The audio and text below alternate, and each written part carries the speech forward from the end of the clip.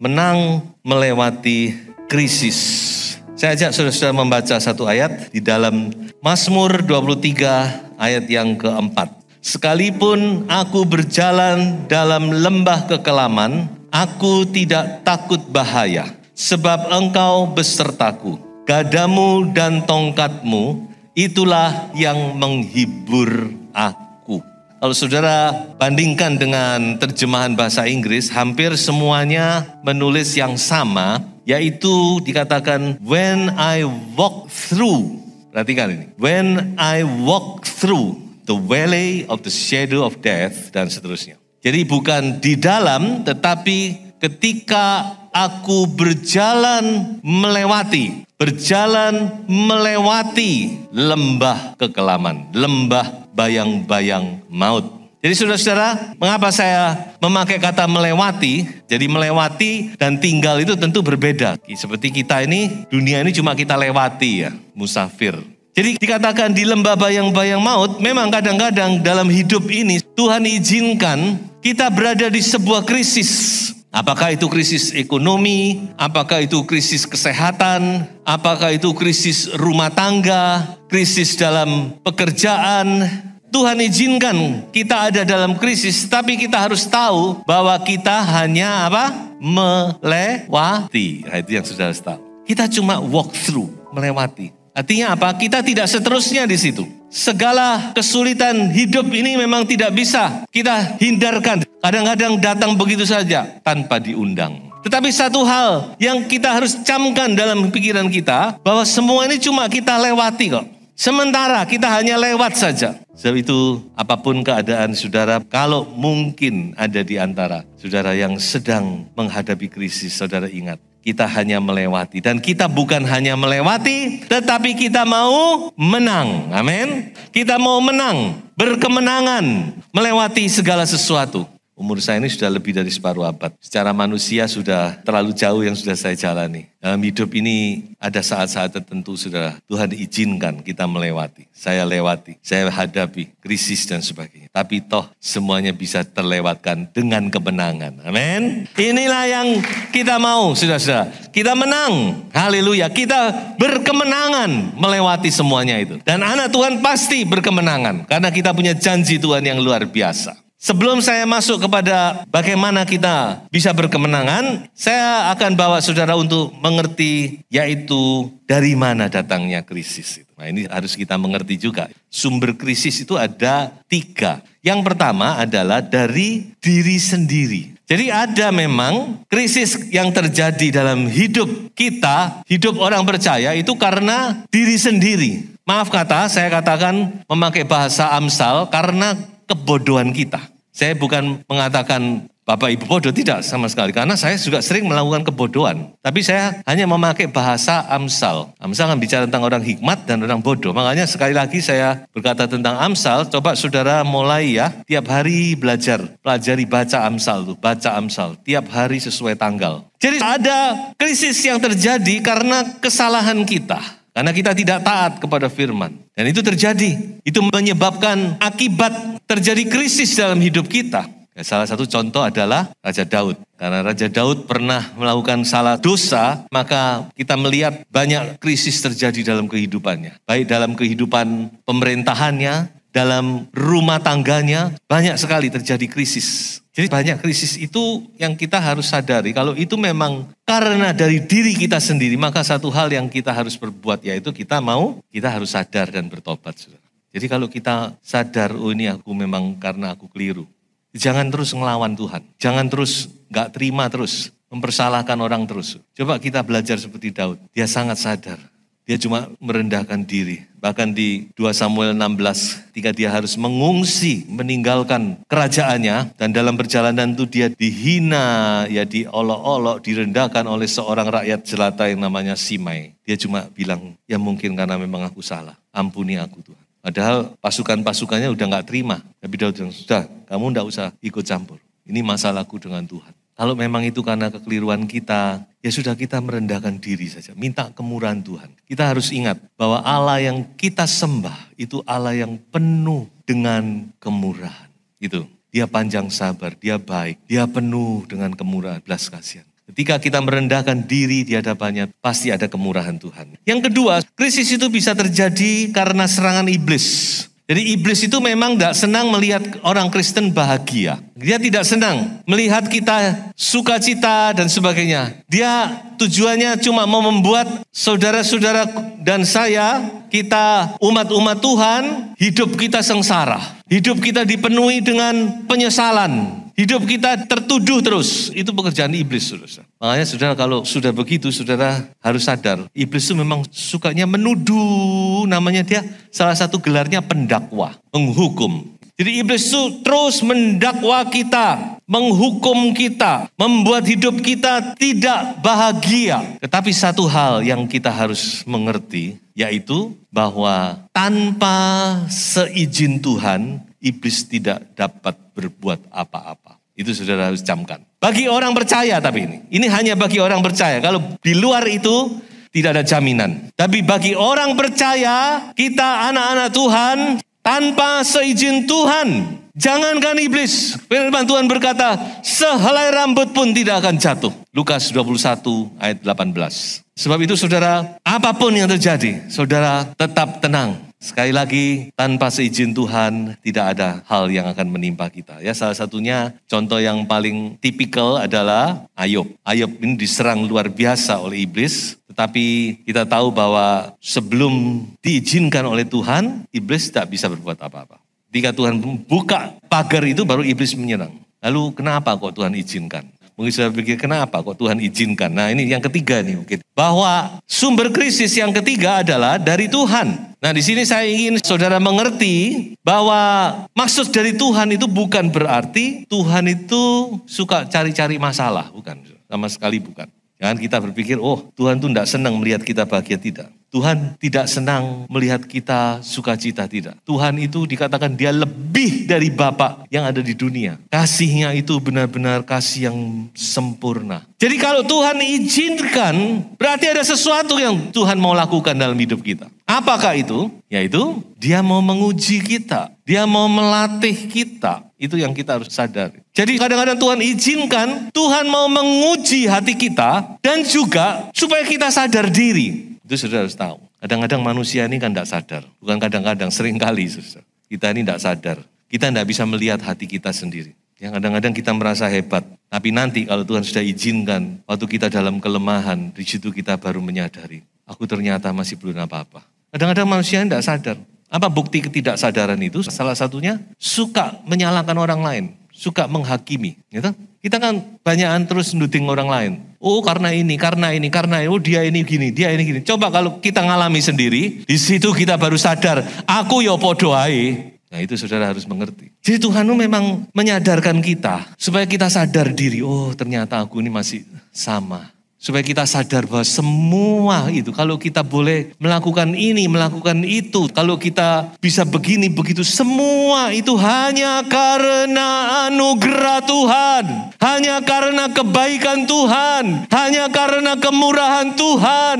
Hanya karena pertolongan Tuhan.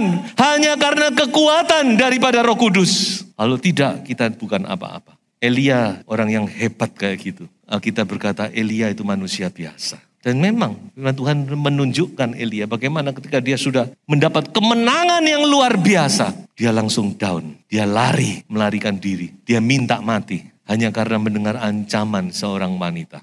Jadi kita harus bersyukur saudara ya. Kadang-kadang krisis itu menyadarkan kita, aku ini terlalu sombong. Kita harus sadar supaya kita ini tidak selalu cuma duding orang lain. Jari kita ini mbok sekali-kali duding diri sendiri gitu loh ya. Tidak selalu kita terus menghakimi. Judge ourselves. Mari kita hakimi diri kita sendiri di hadapan Tuhan. Makanya Tuhan tuh izinkan untuk menguji kita dan untuk melatih. Nah, ini dalam sisi positifnya melatih.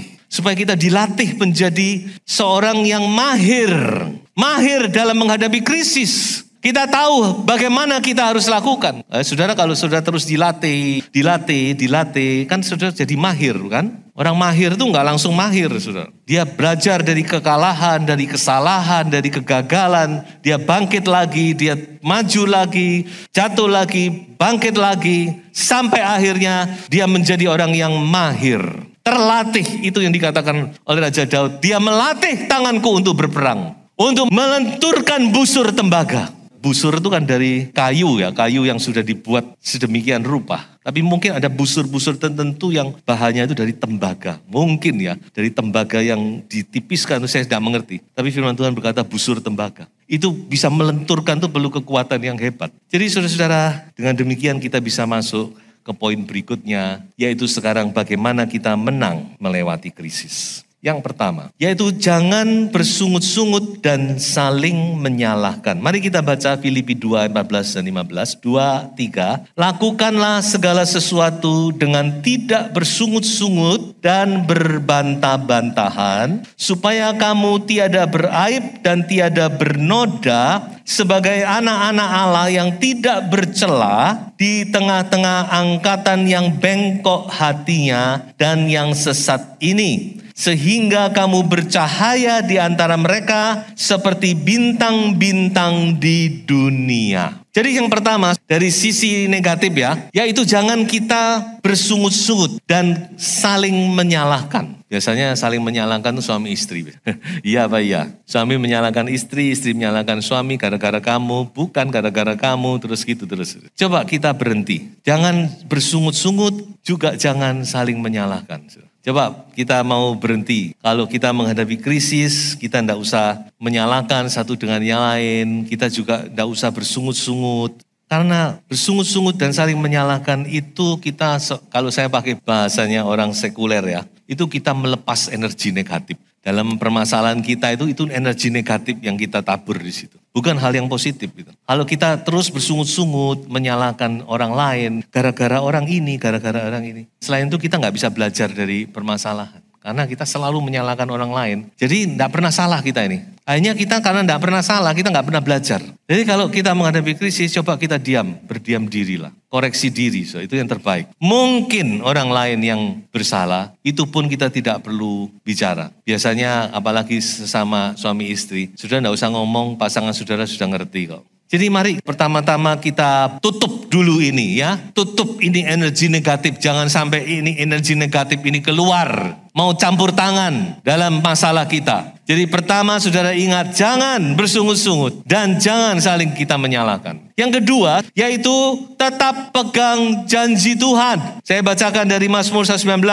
Ayat yang kedua, berbahagialah orang-orang yang memegang peringatan-peringatannya. Yang mencari dia dengan segenap hati. Ayat 4, ini ayat yang saya anggap luar biasa ini. Engkau sendiri telah menyampaikan titah-titahmu supaya dipegang dengan sungguh-sungguh. Saya gambarkan ini seperti seorang raja atau seorang kepala negara atau presiden. Itu kan tidak gampang. Tidak boleh sembarangan ngomong. Karena bicaranya itu akan membawa dampak. Tidak boleh seorang kepala negara atau seorang pemimpin itu ngomong asal ngomong, itu tidak boleh. Makanya ketika dia ngomong itu punya dampak. Apalagi ini raja di atas segala raja. Jadi Tuhan menyampaikan firman karena dia itu tidak sembarangan. Karena dia mau kita benar-benar percaya dan pegang itu dengan sungguh-sungguh. Itu maksudnya. Makanya firman Tuhan ini kita boleh pegang erat-erat. Saudara pegang erat-erat. Janji Tuhan itu saudara pegang. Karena Tuhan kalau berjanji itu gak main-main. Nah, salah satu contoh yang saya bisa berikan yaitu waktu Raja Daud dalam menghadapi krisis yang besar. Saudara bisa baca itu di dalam 1 Samuel pasal 30. Dia menghadapi krisis yang luar biasa. Saya rasa mungkin ini krisis puncak ya dari kehidupan Raja Daud sebelum dia menjadi raja. Ya sudah menjadi raja ada masalah lain lagi. Tapi sebelum menjadi raja dia pernah menghadapi krisis yang besar dan dikatakan di situ, tetapi Daud menguatkan kepercayaannya kepada Tuhan Allahnya. Jadi saya yakin ini mempunyai pengertian Daud, dia memegang janji Tuhan. Haleluya. Dia pegang Tuhan.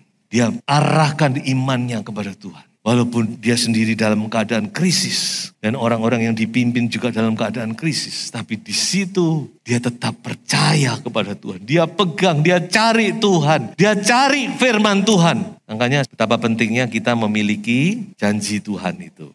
Jadi dikatakan di dalam Kolose pasal 3, ayo kita simpan, kita pelihara, kita masukkan janji Tuhan, firman Tuhan itu sebanyak-banyaknya dalam hidup kita. Ibaratnya begini ya, saudara-saudara, kalau ibu-ibu misalnya ya, tahu harga-harga barang mau naik misalnya ya, apa yang dilakukan ibu-ibu?